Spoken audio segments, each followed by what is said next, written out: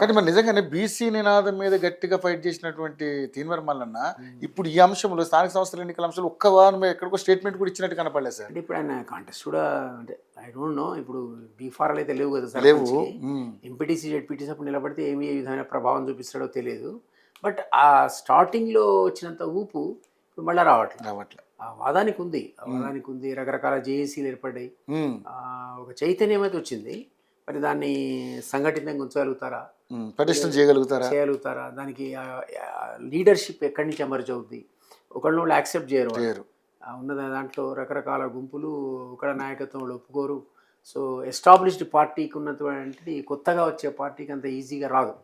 ఒక సర్వే ఏంటంటే, మీరు కొత్త సింబల్ తీసుకొని పార్టీ పెడితే పబ్లిక్ మైండ్లో మీ సింబల్ రిజిస్టర్ కావడానికి 2 ఏళ్ళు పడతారు, 2 years మినిమం. ఈ మధ్యలో మీరు 2-3 ఎలక్షన్స్ కాంటెస్ట్ చేయాలి, లోకల్ బాడీ, ఈ బాడీ, ఆ బాడీ. గెలుపు ముందది పబ్లిక్ మైండ్లో ఉన్నారు, మీ సింబల్ ఉందని రిజిస్టర్ కావడానికి 2 years మినిమం పడుతుంది. మన అతను చెప్పాడు, ఎవరు ప్రశాంత్ కిషోర్ చెప్పాడు అన్నమాట. సో ఆయన కూడా మొన్న వచ్చి ఒక ఊపి జీరోకి వచ్చాడు.